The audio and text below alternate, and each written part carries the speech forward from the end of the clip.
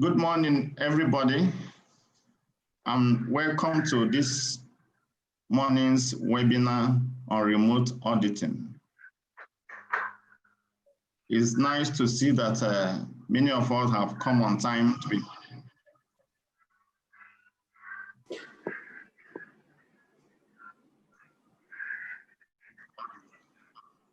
So it's nice to hear that we are interested in remote auditing, which means whether there is lockdown or no lockdown, the work of the internal auditor continues. Whenever I'm speaking on things like this, I always love to start with what exactly does internal audit means? Because a lot of people tend to feel that internal auditing is all about finance, which isn't the case. Internal auditing is an independent, objective assurance and consulting function, which is designed to add value and improve the organization's processes. And how do they do that? They focus on the governance of the organization, they focus on risk management, and they focus on internal control. And you can be rest assured that when you have those areas well taken care of, your organization will do very well. So this morning, we are happy to present to you a write-up providing guidance on how remote auditing could be carried out. And we have well-experienced team of discussants that will be this topic and also looking through the publication. So I want to encourage us to just relax. Feel free to ask our questions, make use of the chat, and then when the time comes, make your contributions. So on that note, I want to introduce our moderator for today's discussion, Mr. Eric Yanka. Mr. Eric Yanka is an old timer when it comes to internal audit, governance, and risk assurance. He is the immediate past president of the Federation of the Institutes of Internal Auditors. He was also a one-time president of the Institute of Internal Auditors in Ghana, and he is also a management consultant. So, Mr. Yanka, we are happy to have you with us this morning, and we know we're going to have a wonderful time together with you. Once again, welcome everybody, and thank you.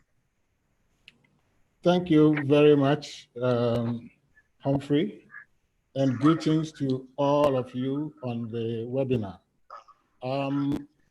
This morning, we've got a sweet panel of individuals who will share this document as Humphrey has indicated.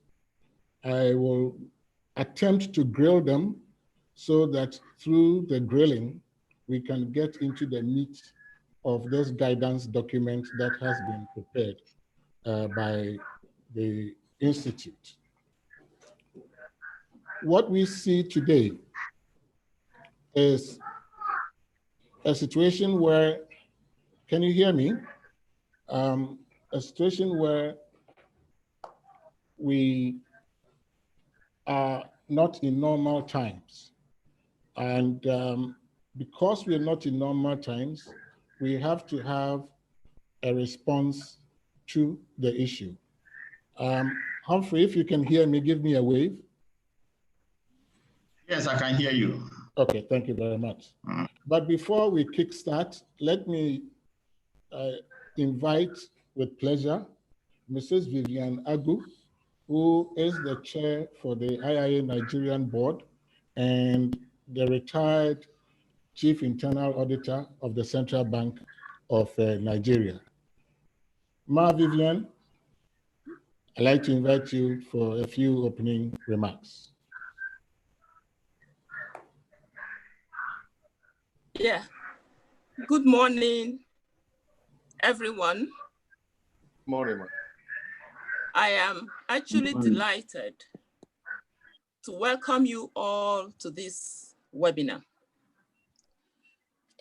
This medium of remote but productive interaction has become for us, and indeed for many other people, the preferred mode of meetings, especially since the scourge of COVID-19 pandemic continues to wreak havoc in our society and around the world.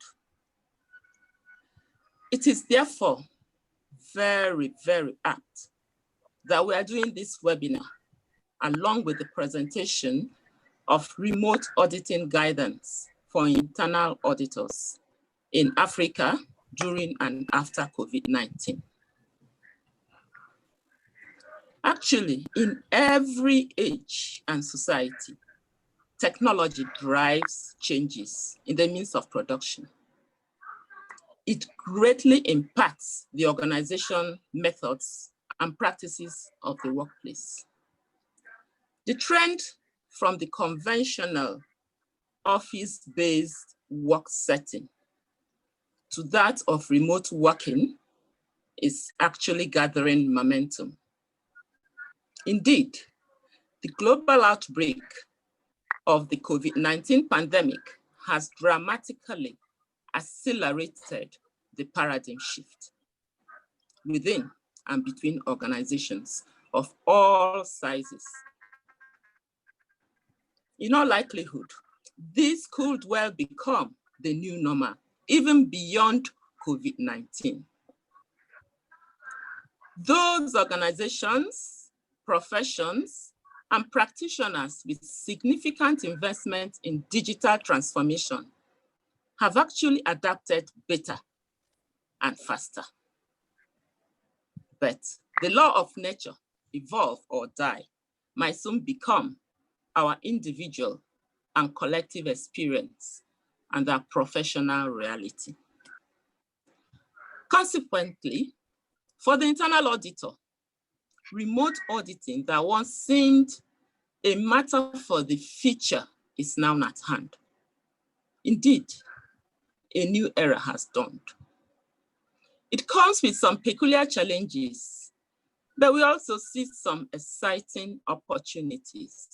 For us as auditors, the most pertinent are the imperatives of changing with the times, while remaining faithful to our unchanging values and principles of our profession. That is why we present remote auditing guidance for internal auditors in Africa, both as the categorical imperative of our time and as a strategy for the future. It is a measure of the significance we attach to this, I don't know. that the guidance is the very first publication of IIA Nigeria. By this guidance, IIA Nigeria endeavors to provide context and content, as well as explore the concomitants of the virtual workplace for internal auditors. To that end, we have focused on some of those things that matter to the profession and the practitioner. These include individual capacity building and improvement of team dynamics. Oh, okay. To meet. Go be there now. I think we're having some people are talking. Just continue for a second. I'm going to mute the person. If you can mute everyone, please. Yes, just a second. We'll do that in a minute. Okay. So when I mute you, you would have to unmute yourself. So yes, okay, I will. Okay. Okay. So yes, so everybody is mute. So okay. So okay, I think we're there now. Yes. We're okay. Yes, go ahead. So let me continue. I said it's a measure of the significance that we attach to this guideline, that the guidance is the very, very first publication of IIA Nigeria. By this guidance, IIA Nigeria endeavors to provide context and content, as well as explore the concomitants of the virtual workplace for internal auditors. To that end, we have focused on some of those things that matter to the profession and the practitioner. These include individual capacity building and improvement of team dynamics to meet business and quality requirements. Others are investment in technologies in auditing, data analytics, and other related resources, as well as effective and practical management processes. Equally important, remote auditing calls for clarity and discipline. There must be collaboration and interface from different locations in order to win and sustain the confidence of our clients. In that way, remote auditing will drive businesses towards further automation and deeper analytics. It will compel these businesses to instill more agile principles, smarter internal organization, efficiency, and effectiveness in service delivery. I am particularly happy that the guidance not only anticipated and captures where we are in remote auditing, but that it gives a vision of where we should be. It also provides the nuts and bolts of how to get there. In that way, the sections are on considerations and building blocks, engagement planning, review phase, field work, remote interviews, and closing meeting phase. They are deliberately structured and elaborated in a manner to provide a roadmap for the rookie and quick referrals or refreshers for even the more experienced professionals. The guidance will ensure that with remote auditing, we shall continue to advance our core value propositions of assurance, insight, and objectivity. I expect that our speakers will throw more light on these and other topical issues. Today, ours is an environment with potentials for disruptions in operations, controls, and service delivery during and after COVID-19. Consequently, each of us must make this guidance our regular companion. We must internalize them. In that way, we will fulfill our roles as trusted advisors to top management and boards of organizations. Finally, in this new era of remote auditing, we must continue to provide reasonable assurance over the nature and range of risks facing organizations. We shall work to be the value and trusted advisors that will help organizations and businesses to navigate the changing environment and times. I therefore welcome you all and wish us all a happy and productive deliberation. Thank you very much. Thank you, Vivian. Wonderful. Thank you, intro to this very interesting workshop, as I know is going to be. Today, for us to go through this topic, I have Donald Chidi Onovo, who is the General Manager for Internal Audit for the Suplat Petroleum Development Company. We also have Tomi Adepoju, who is a partner in risk consulting at KPMG in Nigeria.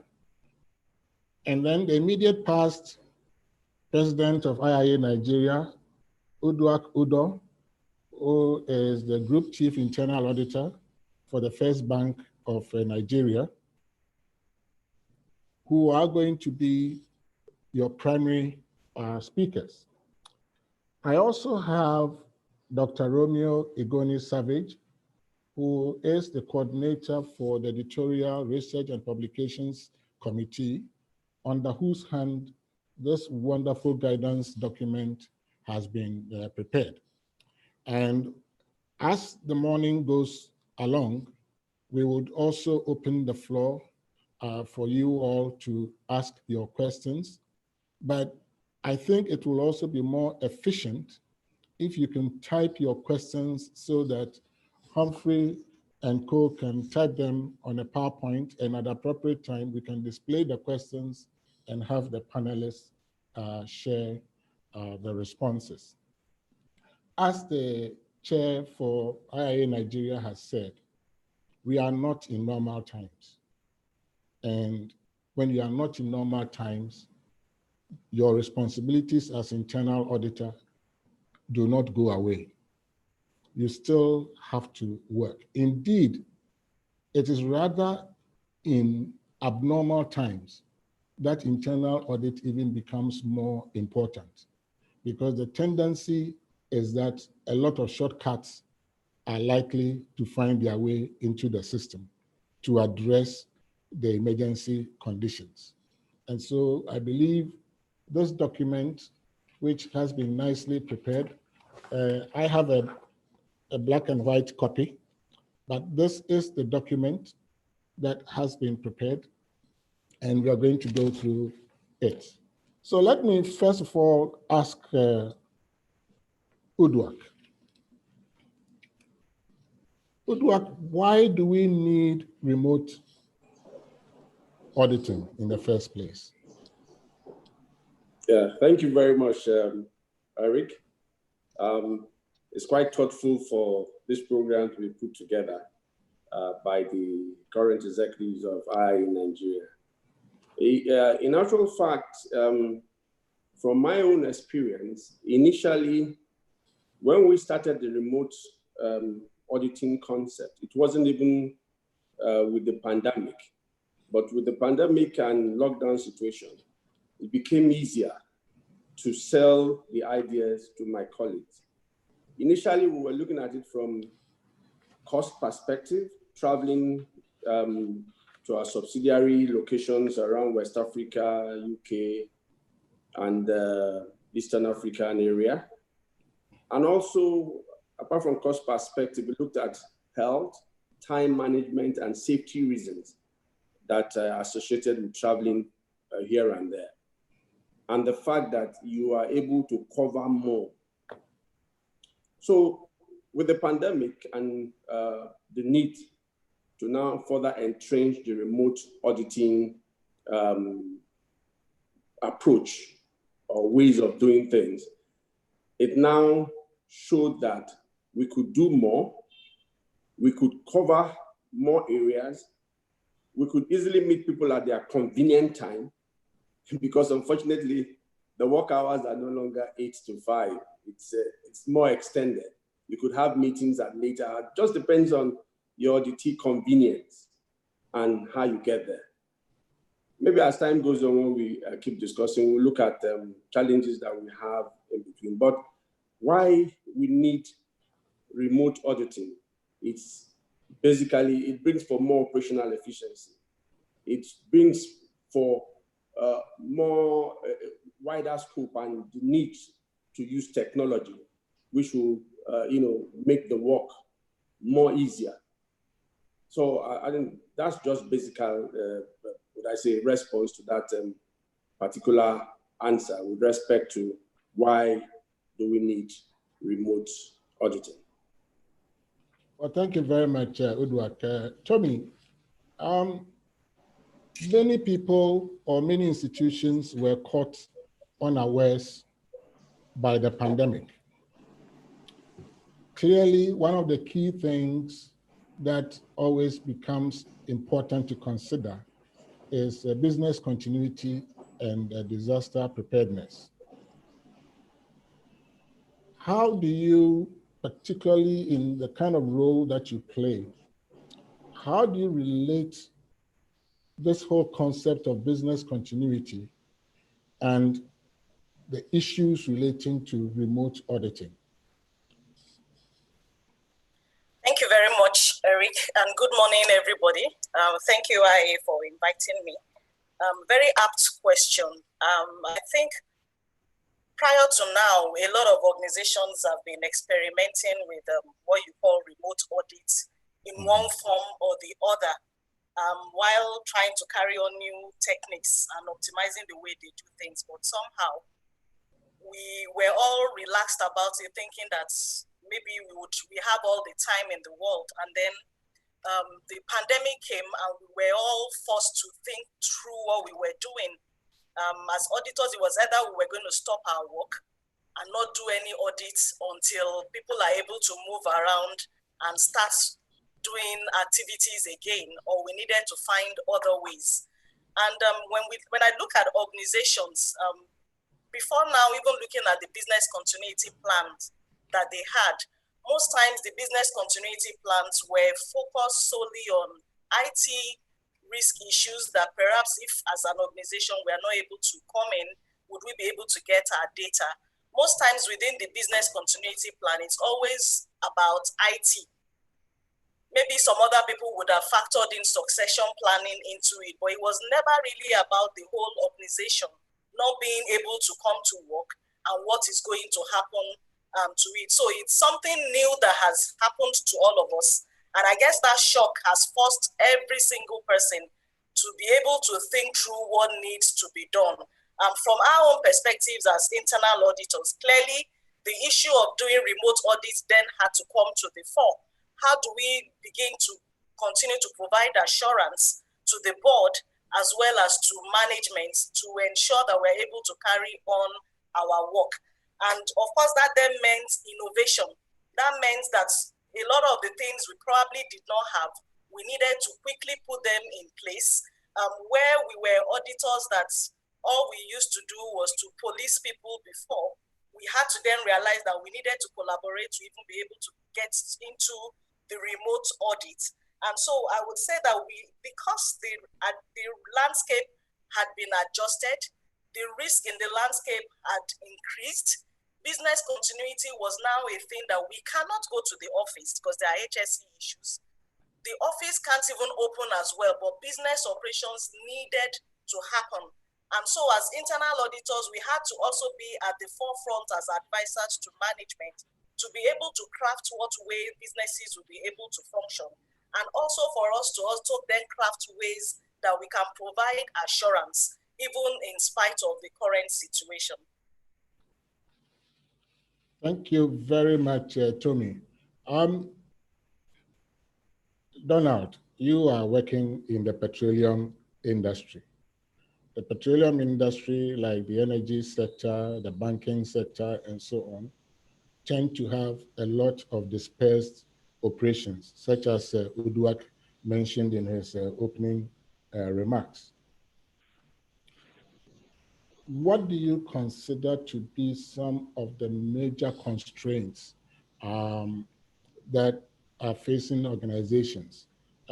Just to give you a hint of what is in my mind, would IT maturity be an issue for the conduct of remote auditing? Good morning, everyone, and thank you, IIA, for putting this together. I hope you can all hear me. We can. Okay. We can't see you, though. Oh, you can see me? No. Okay, I've enabled video. Are you able to see me now? Yes, I believe the cover of your finger is on the camera. Oh. Okay, how about now? No, not yet. But you go ahead, make the point. Okay. All right, thank you for organizing this. This is good. For us in the oil and gas industry, obviously there are major constraints.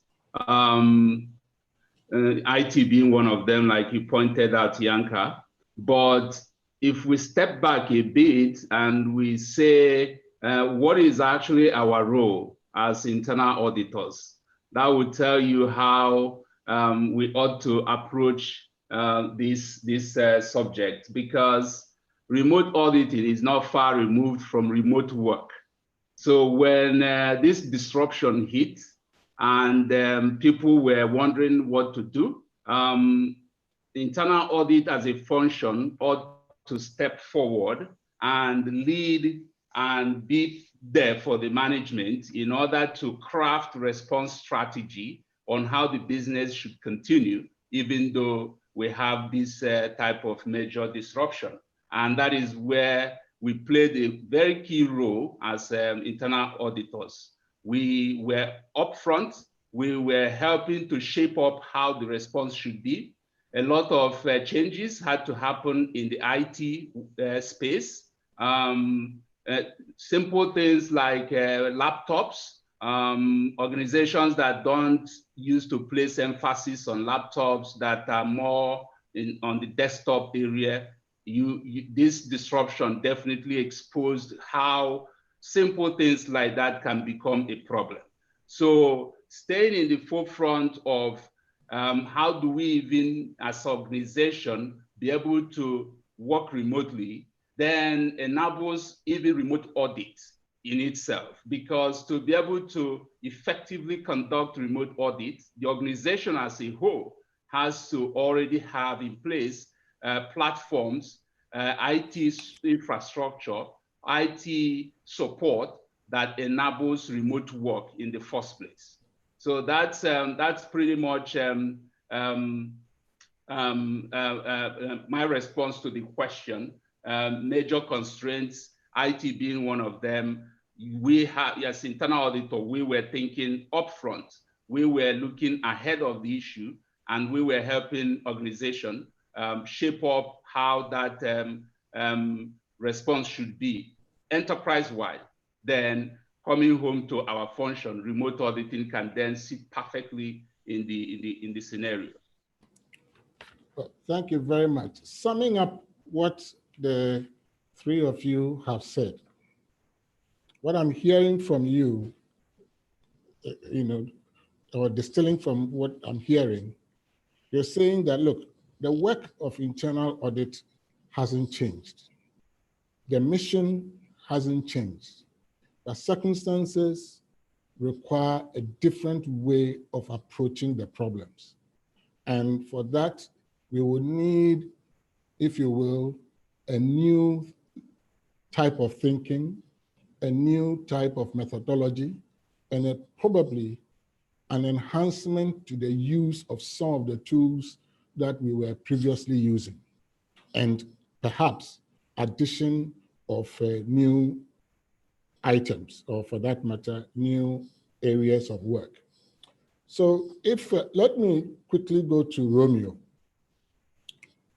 Romeo, what therefore guided you to prepare this guidance, you and your team? Okay, thank you, Mr. Chairman. Over the past 40 years. Could you raise the volume on your microphone? Yeah, raise the volume on your computer a little bit. Okay. Can you hear me now? Yes, it's better now. Yes, perfect. Perfect. Go ahead. Okay. Over the past 40 years, the audit profession has navigated several watershed events. From the 1980s, where we had the savings and loan issues, to the early 2000s, where we have the financial reporting fraud. Then, a decade later, it was the recession, the Great Recession crisis. And today, just 10 years later, we are faced with another watershed event. And in all this, the profession has come out stronger and even better. So, as a matter of urgency, in order to respond to this watershed event, we came up with a team of people from cross-functional perspective. We have someone from ISO. We all know that IIA is recognized by ISO. In fact, specifically ISO 19011 2018 document. You see remote auditing there. And the issue of remote auditing is just talking about using technology to deliver your audit where face-to-face audit is not desirable. So we have somebody from ISO, an authority from that area, which is also part of the committee. So we had different people coming together from the cross-functional perspective to put this document together so that people can bring in their expertise from wherever they are working. You know, basically, if you look at Charles Catherine adage, it says that the world hates change, but change is the only thing that brought progress to the world. A lot of people find it difficult to change to something new. And we know that people will always perceive that things are going to be business as usual. And we feel there's need for IIA, Nigeria, to take a lead so that we can domesticate remote auditing to the Nigerian environment as well as the African as a whole. So that's why we have both the African context as well as what we do locally. So again, the issue of remote audit is something that is very pertinent and very daring to us, and it's one of the topical issues in the profession. So we came up with that document looking at various building blocks in terms of the processes, in terms of the people, in terms of the tools and technology. But bottom line is that what my team feel that will make this remote auditing very effective depends on the data analytics level of every organization as well as the technology maturity level. So, but the interesting thing about this document is that no matter your data analytics maturity level, you know, we have 5 of them. We have the basic. If you look at the IIA guideline, we have the basic, we have the applied, which is the second level. We have the managed, which is the third level. We have the continuous and the automated. No matter the level of data analytics maturity level every organization has attained, the document is scalable to suit every organization. So whether you are in the basic level, whether you are in the continuous level, this document is scalable and suits every organization that wants to apply remote auditing henceforth.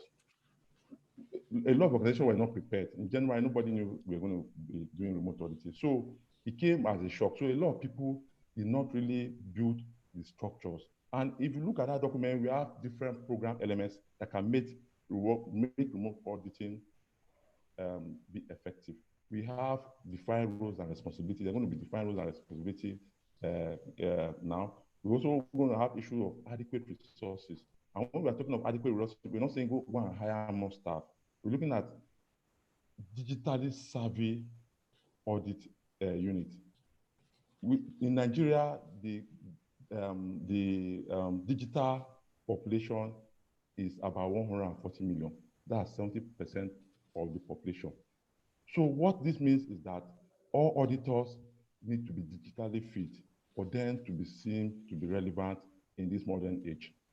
So we also look at, that is also stated in the document, how you have to get the right skills, how you have to get the right competencies, and other skills needed to deliver a wide range of services. So all those things are embedded in the document.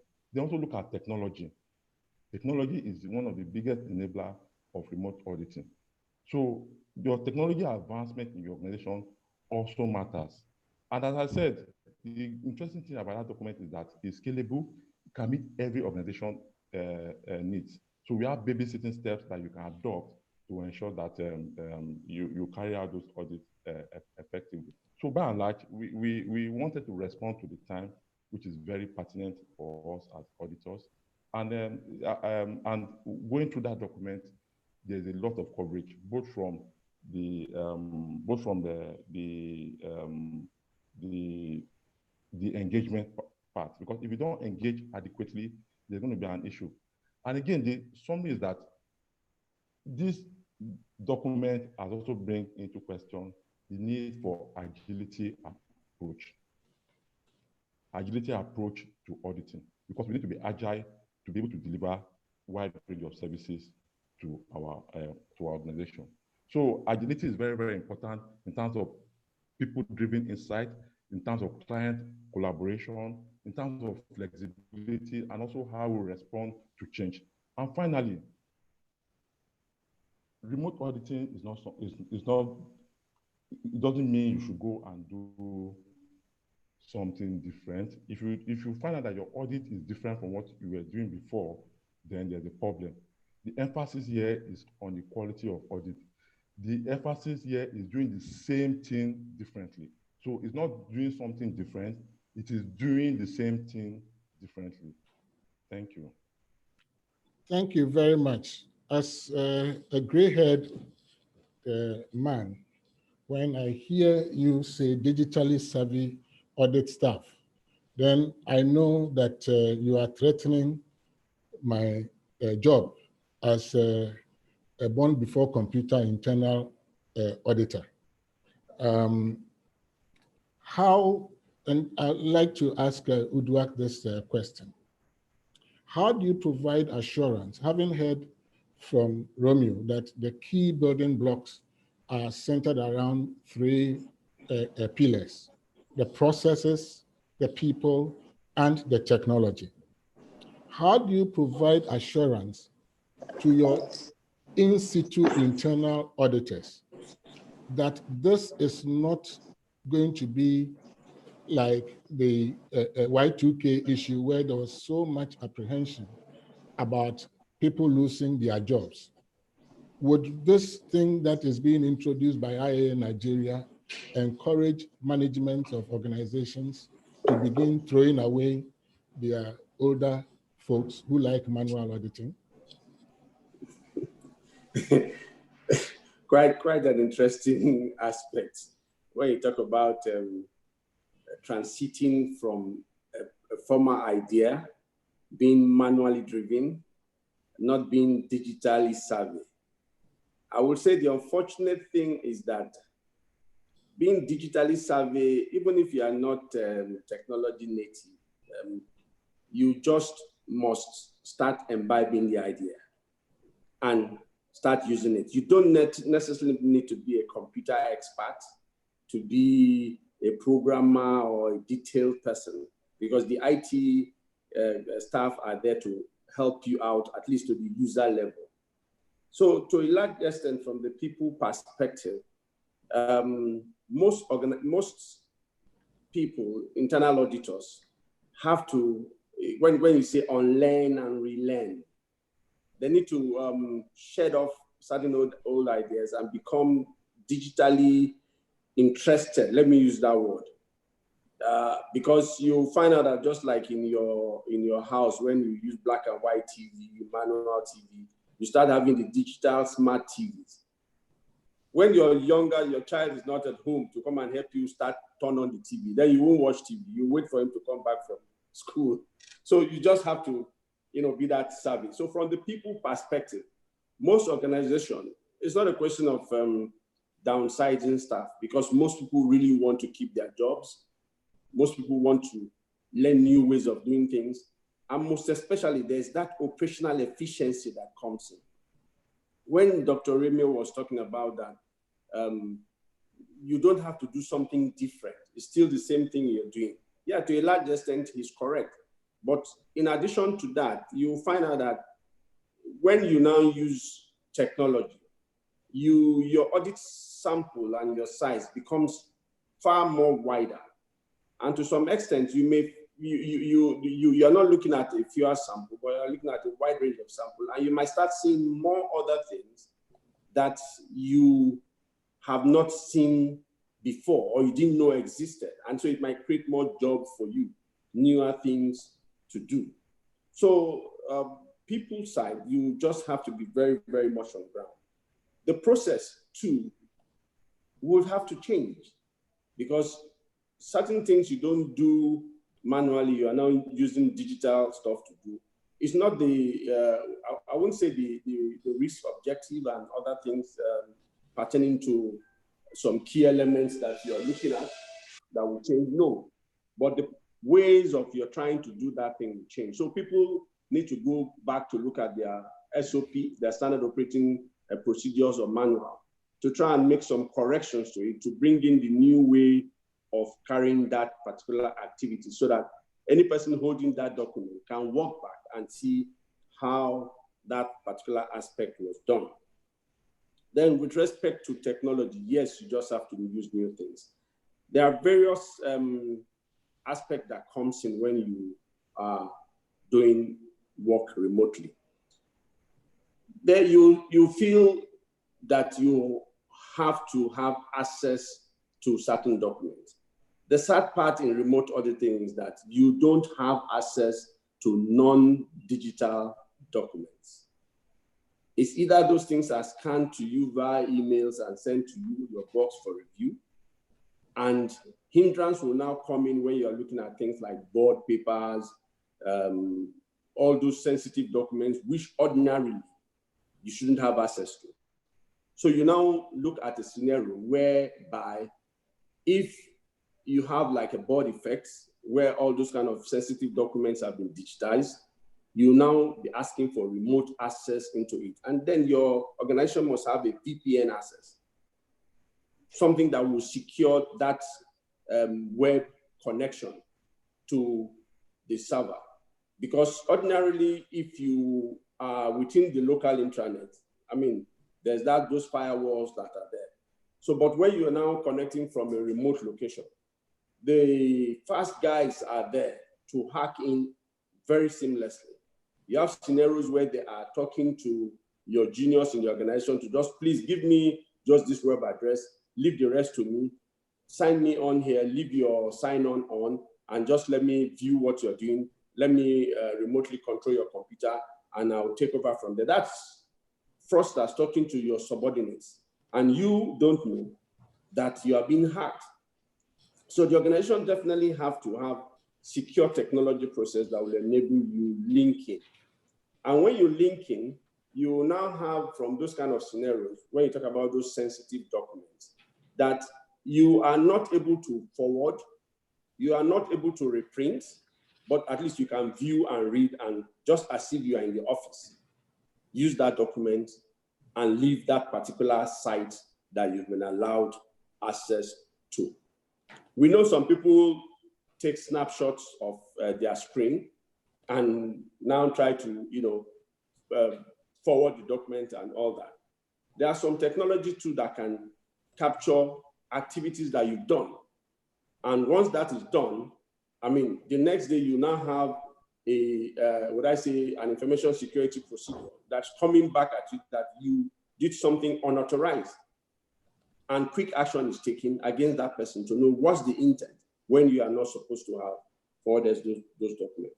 So technological wise, you just need access to those data to be able to do your audit. Otherwise, you'll be impaired carrying out that particular team.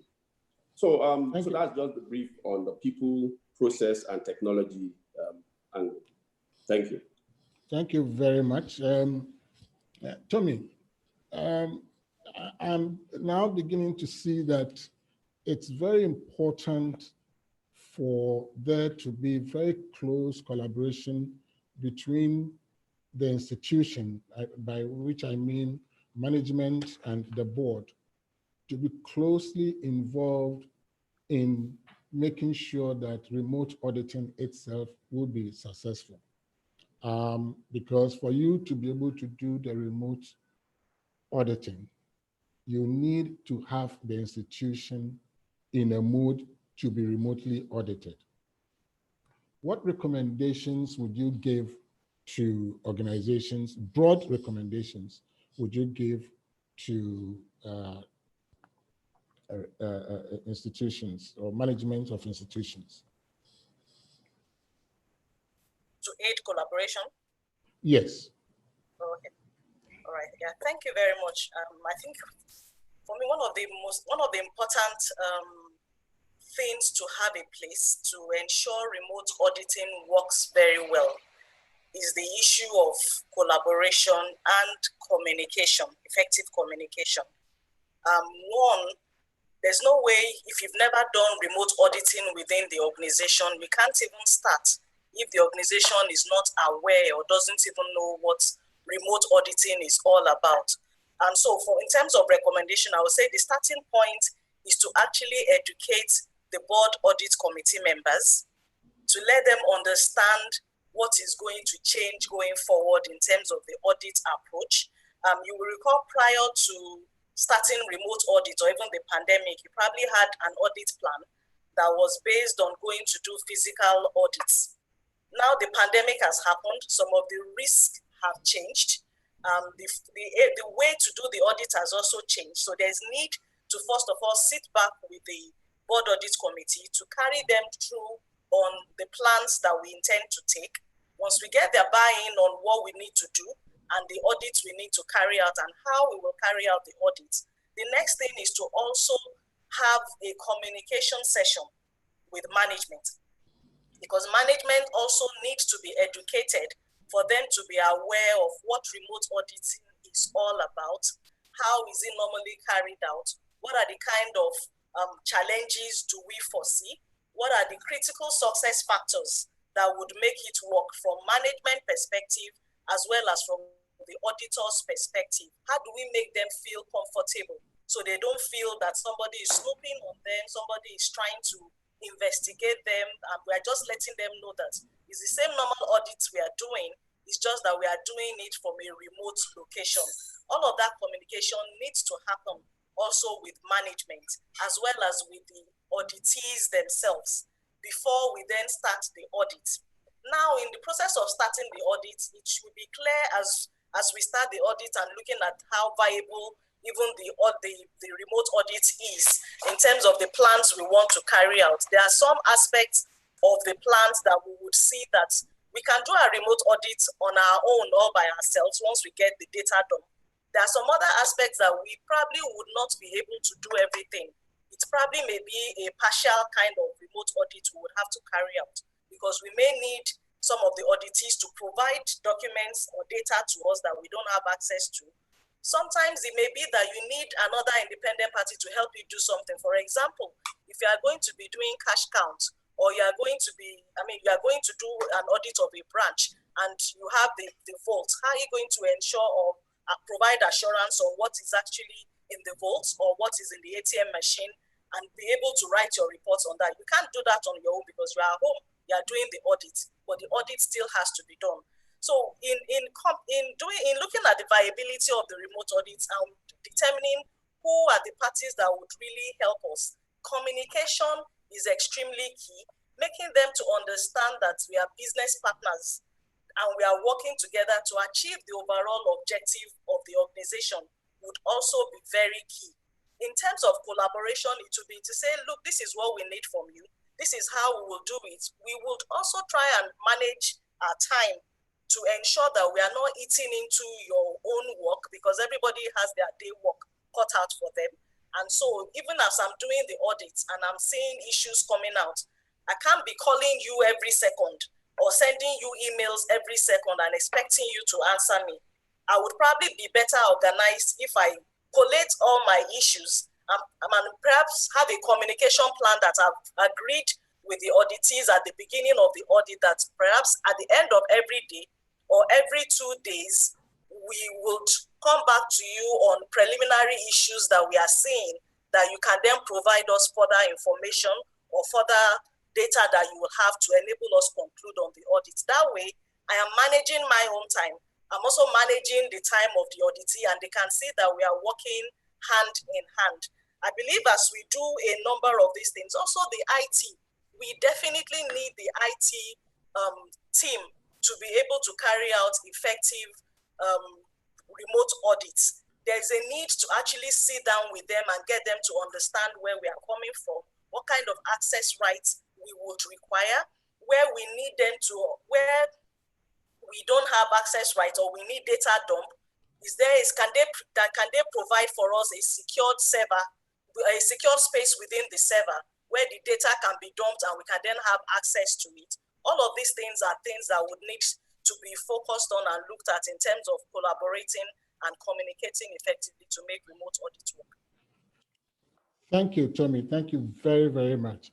Donald, you can see clearly, and also looking at the thread of questions coming from members of our audience here, you can see clearly that people would also like to see beyond getting the collaboration with the organization. What kind of tools do we need? It's clear also that when you are going to go into digital, the digital space, talking about remote auditing and taking a hint from what Udwak mentioned, you need VPN, which for those who are not tech savvy, is a virtual private network. What kind of tools do we actually need? What's basic? Can you give us a basic lineup of tools using your own experiences for data analytics, communications, working, whatever? What does the internal auditor need in his or her pocket to be able to do this job? Donald.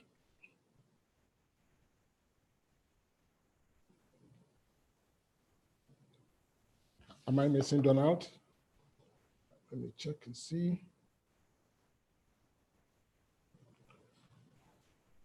I think I'm missing Donald. I think he's muted. He's probably, no, he's not. I think we've lost him. Okay, well, would any of you take it? Tommy, Udwak, or Romeo, or Humphrey, if you can take that question. What basic tools do we need? Okay, I'm back. Oh, okay, sorry. Yeah, the host didn't give me the right to mute, so yeah. But thank God we resolved that. Yes. Yeah, thank you for your question, Yanka. Your question is, what are the tools necessary to effectively conduct remote auditing? Obviously, to effectively do that, we need, as an organization, we need to be working remotely as well. We need to be prepared to work remotely. So obviously, if it's a manufacturing setup, the floor level assembly floor workers don't need to work remotely, but the enabling functions of the organization has to be prepared to work remotely for remote audits to be effective. And how do you get that going? Clearly, technology is at the forefront. And what do I mean by technology? A lot of things come to mind. You know, have you been able to have your workers or your staff set up to use mobile technology, laptop versus desktop? You know, is your network on cloud where it's accessible to everybody, anywhere, anytime? These are all the things important. You know, smartphones, you know, has become very useful in doing work on the go or doing work on, you know, while you are not in the office. Have you been able to provide your team, your organization as a whole with this type of devices that enable work to be done in a fly? Have you been able to, Udwak mentioned virtual private network? Yes. That's also, if you are hosting your own data, which most organizations do, you need a virtual private network to access that data outside of your domain, outside of your office setting. So have you set that up? How secure is it? You know, how secure is it that people cannot intercept information and data as it's going back and forth with your server. So you have to also be thinking about that. Cloud plays a key role in this. There are certain information that you might have to be hosting in the cloud for easy access and even more secure access, because most of the big vendors that are offering cloud services, they have the financial muscle to be able to secure your information and even give warranty and guarantee on the security of your data. Data has become an asset. So that's these are all the necessary things. But even before remote auditing becomes a necessity, how have you been able to do this in anticipation of situations like the COVID-19 presented to us? Have you done a dry run of them? Because this disruption will eventually go away one day, hopefully. But if it goes away, as auditors, we have to continually be thinking, what is the nature of the next thing that is about to happen? We have to be doing scenarios of that in our mind and coming up with, innovations and a different way of doing things that will place us in front. And as we're doing that, we are obviously carrying management, we are carrying the audit committee and finance committees of the board along, and we're getting all the necessary buy-in as well as support in order to do that. So that's these are all the necessary tools and platforms and technology-driven innovations that has to be there for remote auditing to work. On the data analytics space, yes, absolutely, very key, because you can actually achieve a lot in remote auditing if you place a lot of weight and emphasis on data analytics, because that gives you opportunity to stay with the data, bring the data closer to yourself, look at it yourself, dimension it in different ways, draw all kinds of interesting and very useful insights out of the data, and then begin to flesh out and validate some of those insights by way of conversation, by way of talking to the auditee, which all should be done via technology, again, video conferencing, like we're doing on Zoom now. These are the things that has to be in place and needs to be in place in order for effective and effective remote auditing to happen. Well, thank you very much. Time flies so fast when you are having a good time. And I believe it's now, we should allow our audience to also ask a few questions. We just have less than 30 minutes to go. But before we do that, before we open it for voice calls, let's go through some of the issues that have been raised on site. Tunde Adesina is asking, and this will go to Tommy. In a business environment where processes are 100% manual, how does remote auditing provide assurance to the board? I'm sure, Tommy, this is a question that many of your clients ask you on a day-to-day basis.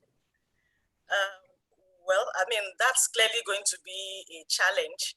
But I would also struggle to see an organization that everything is 100% manual in this day and age. At least they would have some finance system that they use to record their financial transactions, prepare their financial reports. So at least if that one still exists, you can still get data from there to be able to do some things. But it's going to be a major challenge if it's manual. And I'm sure with the current COVID situation that has happened, such an organization can already see that they would have to begin to move from manual to semi-manual and ultimately to an automated system, especially looking at their organization and saying which are the areas that have repetitive, boring kind of tasks that can be automated, which are the areas that can lend themselves to technology that can make it easier. But in this situation, if you are indeed in such an organization today, part of what Chidi, I think it was Chidi that mentioned that, or someone had mentioned that earlier, you can actually scan some of these things. There are tools you have today on your phone and on your devices that can help you scan documents that you can then review offline. Sometimes, I mean, you can it's going to take a lot to be able to do that, because you are going to be consuming a lot of data. You're also going to be consuming a lot of space, and you may almost be wondering whether you should have just gone there physically. But if you cannot do physical audit and this is the situation, then it may be a difficult thing to be able to do any audit in a 100% manual situation, apart from being able to check some costly things that are within your financial system, which may also just be very basic. But the advice to such an organization would then be, how do you begin to migrate some of those things to utilizing technology? So for instance, how can they ensure that their bank reconciliation, for example, can be automated? That one is very simple. Anybody should be able to do that. How do you ensure that the authorizations for transactions can be automated? That one can also be easily done. So it's going to take a process. It's going to be a project. It's not something that you can do, but you have to, as an auditor, begin to get senior management to see and understand why this has to be done.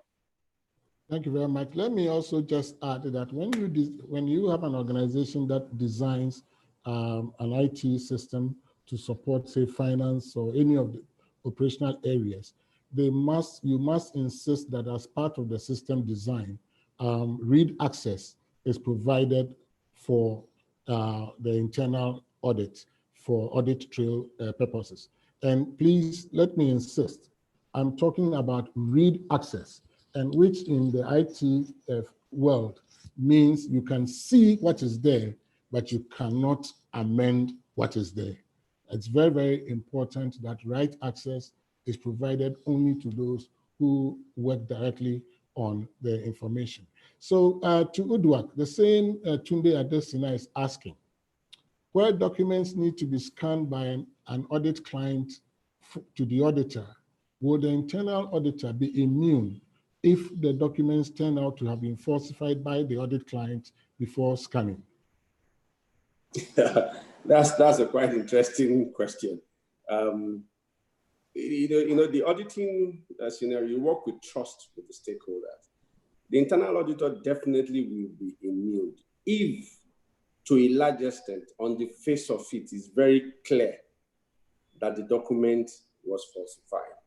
But if it is not, and other alternative check processes or control tests adopted during the auditing proves that that document, could not detect that the document was fake. To a large extent, the internal auditor is immune. But one thing is clear.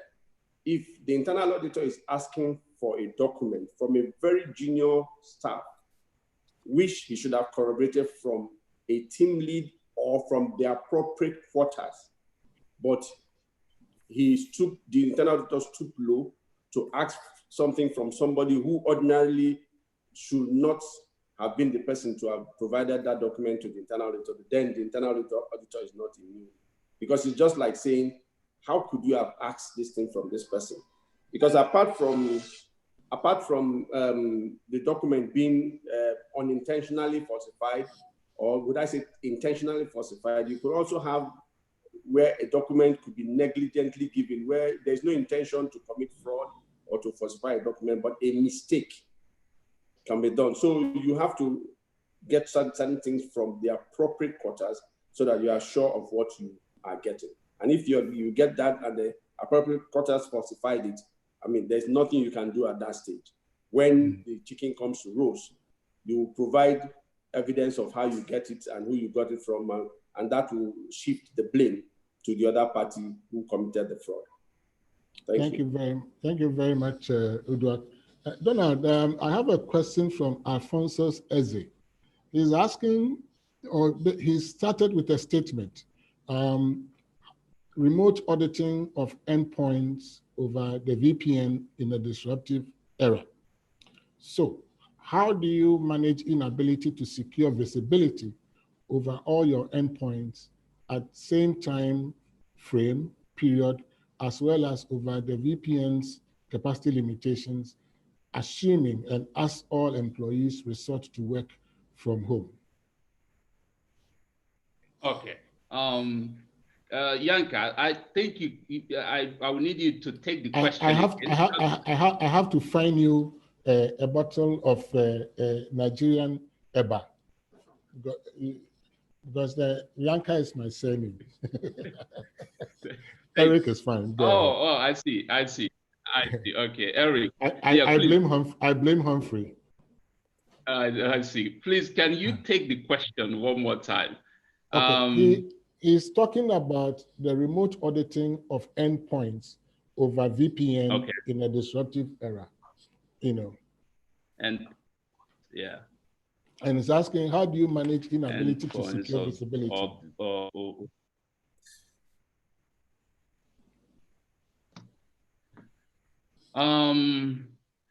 My understanding of this question, and the questioner can correct that, is that you are asking, how do you audit the endpoints of a VPN? Is that correct? No, over the VPN. Let's say if that is sitting in your office, say in Lagos, and going over the data and looking at what beginning, end of month data, and so on.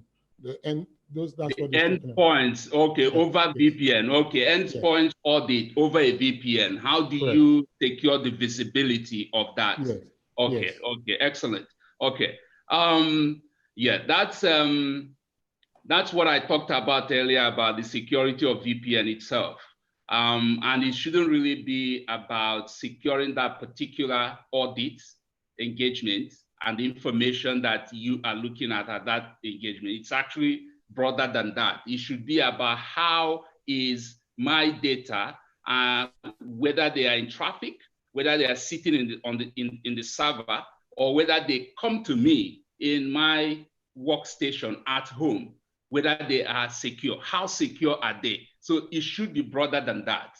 And if you, as auditor, were ahead of that and working with your IT department to put the necessary security and firewalls around those before even you start the audit, then you can start to get your confidence in terms of how reliable is the data that I am drawing from my workstation at home.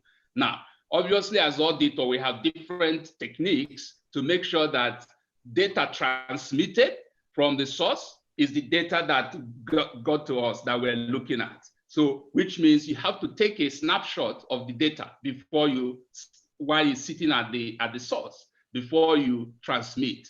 And then when you finally gets to you, then you compare what you are looking at on your workstation at home with that snapshot you've already taken before you enable data transmission to come to you in the first place. So those are the basic checks you can adopt in order to make sure that what you queried from home is essentially what you got at your workstation. Hopefully that addressed your question. Yes, I think it does. And Bolahan Adedoyin has added that for any endpoint monitoring, you may have to adopt and implement artificial intelligence monitoring tools. So again, these things all depend on the sophistication of the system. But I think what's important is that for every solution or every problem, there are simple solutions and complex solutions. It all depends on what you have, the level of confidence you have, and also the complexity of the organization and the system in place. So let's pick another question, and then we'll open the floor for voice calls. In just a second, let me pick the next question.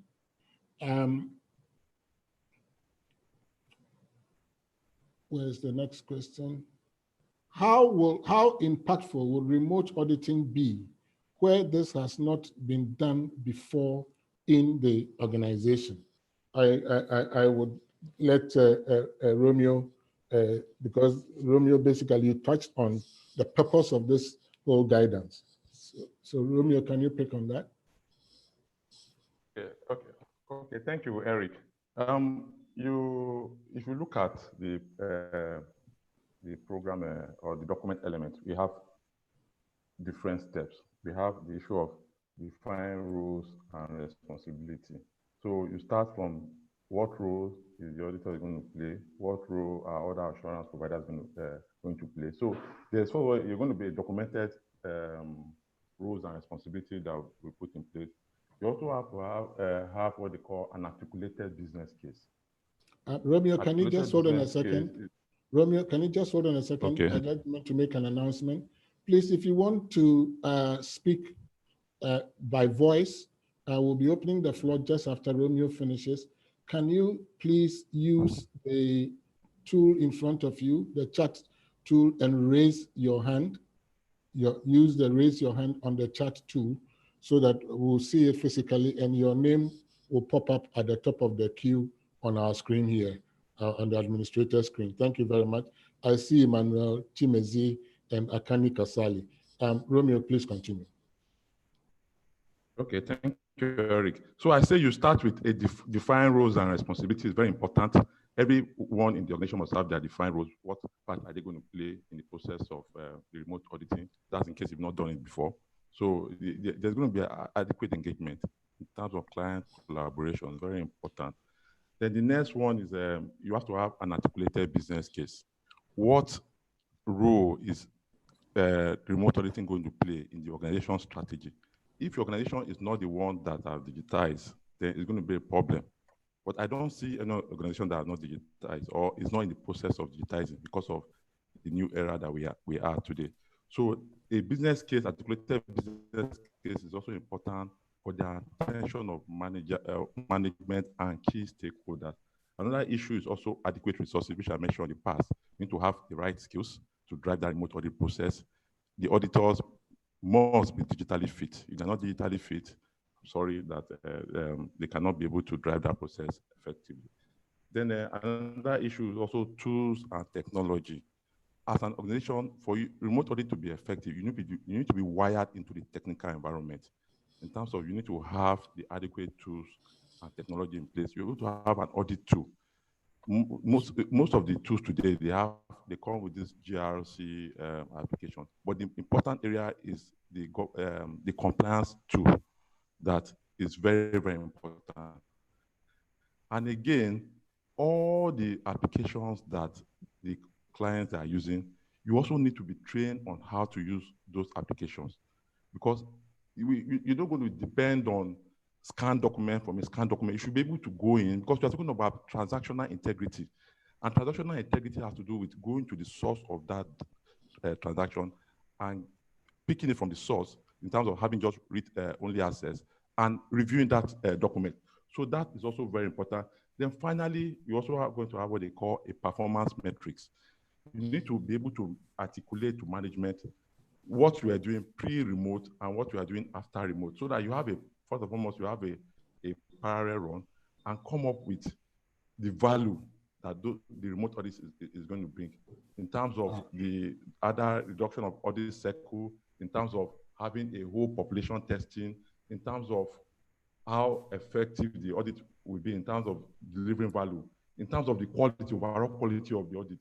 So when you have performance metrics, measuring audits done manually and audit done remotely, then you'll be able to come up with a business case that you present to management. And once management is seeing value, once management is seeing something that will bring about reduction in cost and also improvement in quality, management is going to buy into it. So you need to have an articulated business case, very important, on the journey, on the roadmap to where you want to be, because it has to be with your data analytics maturity level. From where are you from? Are you on the basic? How do you intend to go to the continuous, which is the highest level when it comes to IIA guidelines? So you have to look at the issue. So in summary, or bottom line, there needs to be a business case, an articulated business case, so that you can be able to define your journey from moving from the level 1 data maturity level, which is the basic, down to the continuous, which is the level 5. Thank you very much. Adedoyin Odumfa, CEO of Digital Jewels, and also the member of the nominations, I think the chair of the nominations committee of IIA Nigeria.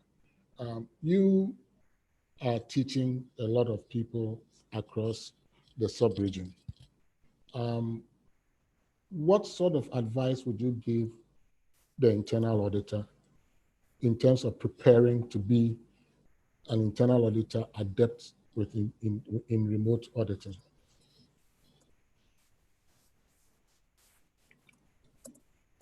You can unmute yourself, Adedo.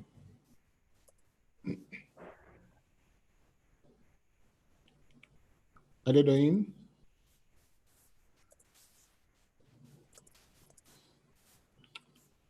Okay, well, then let me recognize Akani.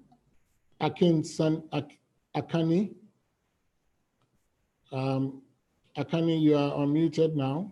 Unmute yourself.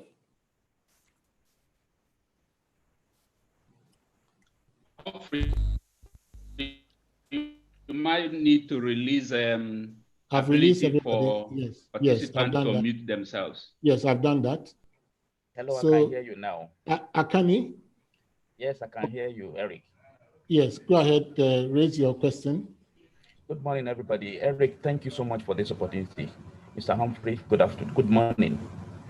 Romeo and Tommy, you have done a very great job on some of the questions that were asked.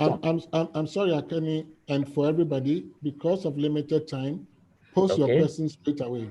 Okay, I have a question on the chat. I said, I needed someone to enlighten us on the area of remote security.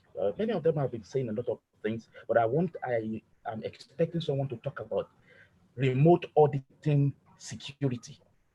That's my question. Thank you. You mean the security associated with remote auditing? Yes. Or remote auditing the security of the systems?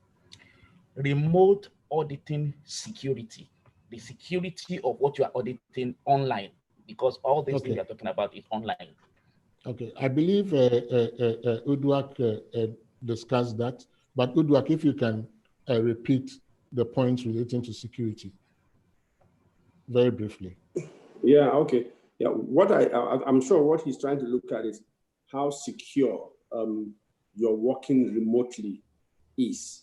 There are two things with respect to that.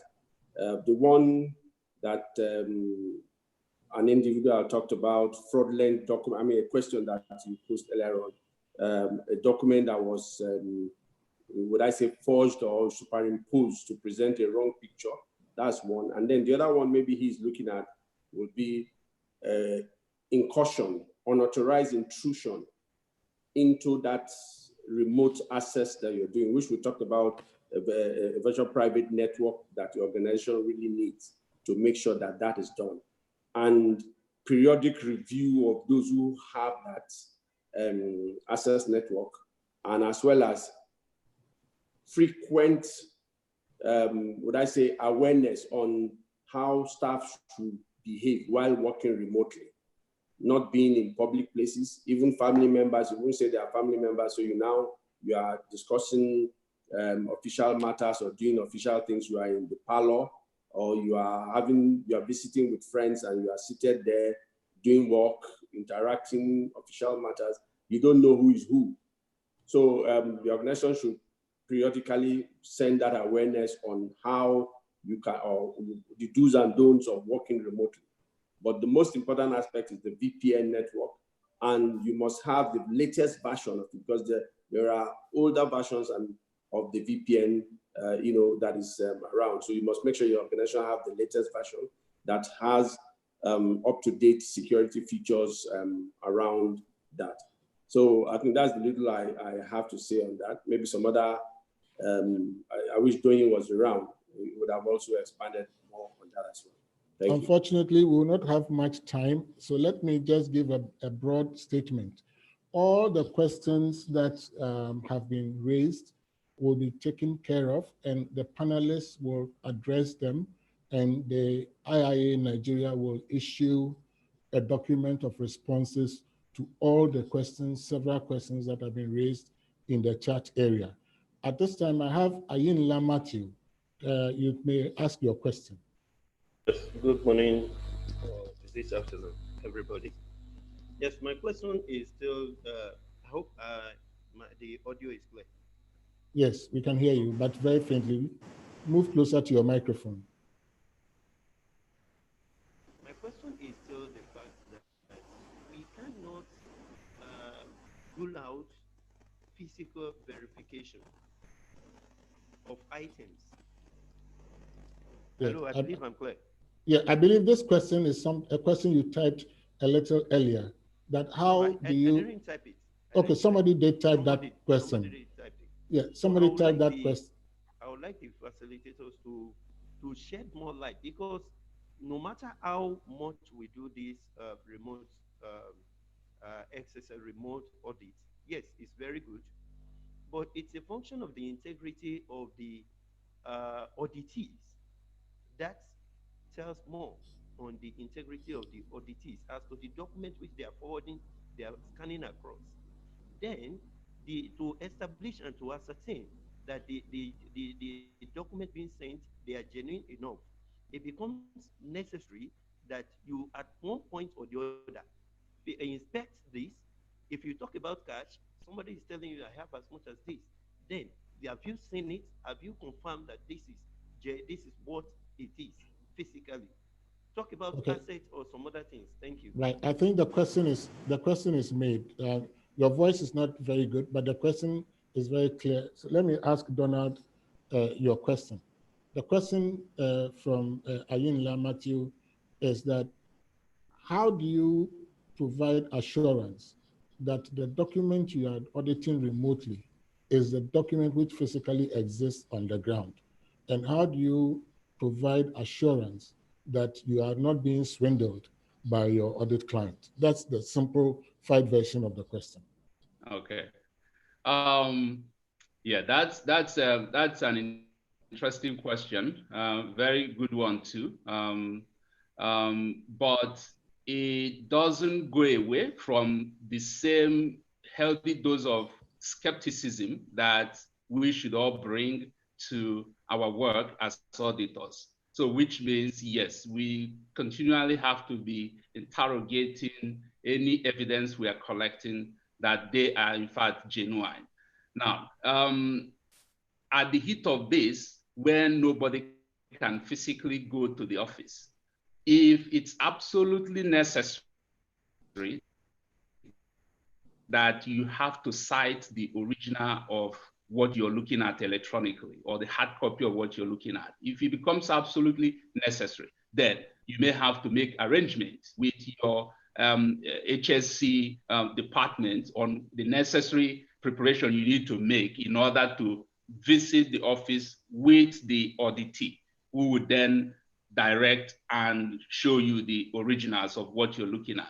That is if it becomes absolutely necessary. Keep in mind, in planning, there are different ways you can use to collect evidence, and there are different evidence that you may need to collect in order to satisfy yourself in the conclusions you're drawing in any engagement. So when you're planning, you are factoring in the availability and your ability to get those original documents. You're factoring it into your planning.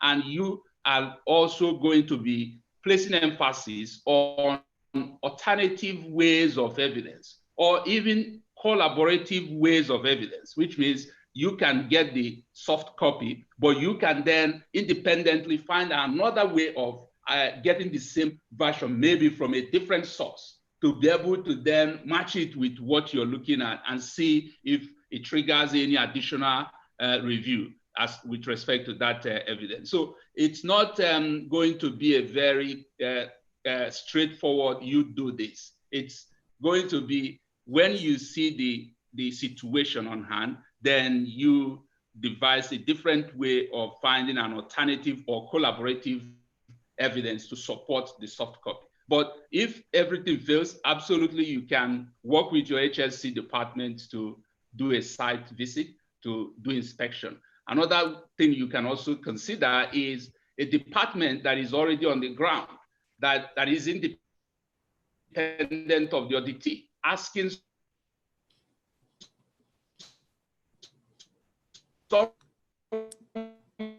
we lost you there. To please. Well, thank you very much. We lost you for a few minutes there, but let me just add at the end of it. Okay. Yeah, let me just add at the end of it that remote auditing does not absolve any internal auditor from the basic responsibilities of providing assurance that what is expected to be there is actually there. Comprehensiveness, consistency, thoroughness, accuracy, currency, all those attributes of data, physical assets, and so on still remain relevant in the context of remote auditing. Unfortunately, well, let me give Chinedu 30 seconds to ask your question because we're just running out of time. Chinedu, you have 30 seconds to ask your question. Thank you, Yanka. My question simply is, yes, hello. Go ahead. Yes, go ahead. Thank you, Yanka. My question simply is, how could auditors use Microsoft Power BI as a probing tool to perform remote auditing where access to SQL is denied? Okay, this is a question. This is similar to a question that has been asked on the chat platform. So I'd like you to kindly repeat your question, what you just said, onto the chat platform so that we can add it to those that we'll be responding to. At this stage, let me first of all thank Donald Chidi Onovo, General Manager, Internal Auditor for Seplat Petroleum Development Company, Tomi Adepoju, who is a partner for risk consulting in KPMG, Nigeria, Uduak Udo, Group Chief Internal Auditor from the First Bank of Nigeria and the immediate past chairman of IIA Nigeria, Vivian Agu, who is the chair for IIA Nigeria board, who's going to say a few words in a second, Dr. Romeo Igoni Savage, who led the team to prepare this document. Well done, Romeo. And Mrs. Adedoyin Otumfa, somehow we couldn't get her voice when, so, but she was also here and a very good friend of mine. So let me also say thank you to all of you for being wonderful listeners. And there were no questions on our YouTube channel. This was a broadcast and streamed live on YouTube on the IIA Nigeria media page channel. So you may also go there. So I hand over, and it was a pleasure being your moderator. I hand over back to you in Lagos, Humphrey. Mr. Eric Yanka, thank you so much for that wonderful session. And I want to thank all the people that joined us today, and in particular as well, our discussants. Thank you so much. Before we close, there's an important... Humphrey, just a second, before you go on, we had participants from Ghana, Malawi, Botswana, South Africa, and a host of other countries joining us for this workshop. I couldn't acknowledge all of them, but there were several of them that I noticed in the list. Thank you very much. Thank you so much, Eric, once again, and all our participants all over the globe. Before we end this session, there's something important I want to share with us. They say that the best is always reserved for the last. So I want you to just relax and enjoy this section I want to share with us now.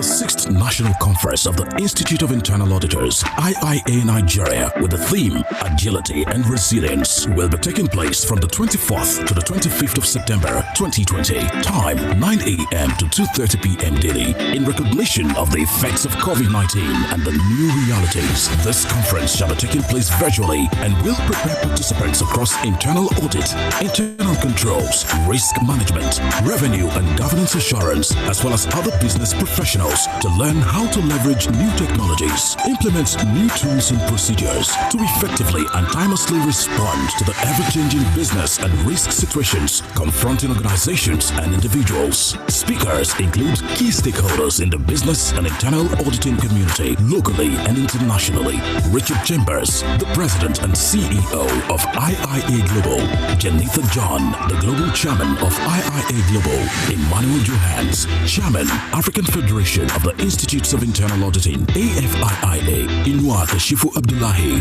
Director General, National Information Technology Development Agency, NITDA; William Makatiani, Cybersecurity Consultant, Kenya; Mrs. Awuneba Ajumogubia, Chairman, CAP PLC; leaders from PwC, KPMG, Deloitte, EY, SIAO, Chief Audit Executives and other top executives in Nigeria, cutting across banking, telecommunications, oil and gas, manufacturing, consulting, and other sections in Nigeria and Africa. To register, kindly visit www.iianigeria.org. Send an email to info@iia-nigeria.org or call 0703-8777-057. Announcer, Institute of Internal Auditors, IIA Nigeria 2020 Conference Committee, on behalf of the Board of Directors, IIA Nigeria. Thank you so much for coming once again. And we are looking forward to hosting you again next month. So this is just a tip of the iceberg compared to what you're going to be seeing next month for the national conference, 24th and 25th of September. Kindly go ahead and register on our website so that you can get the Zoom login on time. And this conference is going to be a free conference. However, we welcome sponsors as well as donors. Thank you very much as I hand over to our board chairman to declare this program over.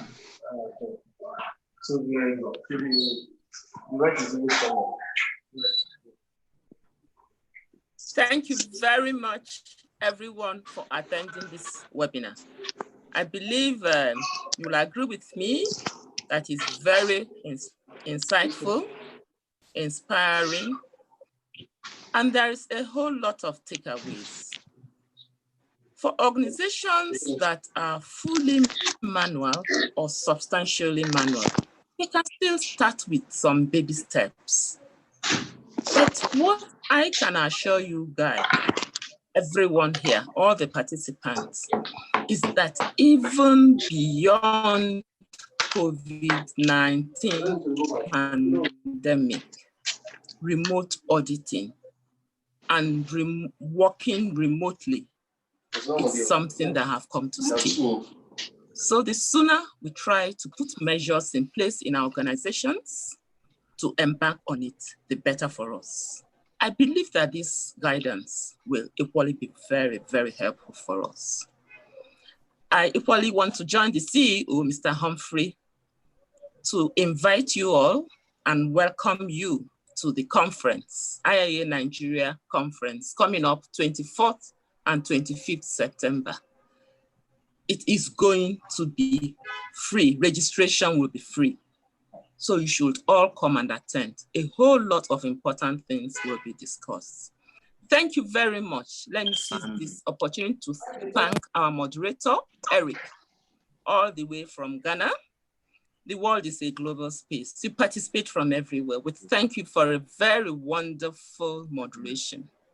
Thank you very much. And let me also thank all our panelists, Uduak, Chidi, Tommy, and finally, we thank Romeo.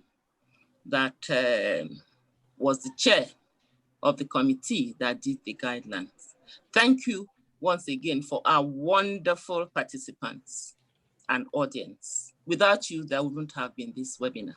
We thank you and wish you good luck in all your further endeavors, expecting to see you all and even more. Tell all your colleagues for the conference coming up 24th, 25th September. Conference fee is free. Thank you very much and God bless.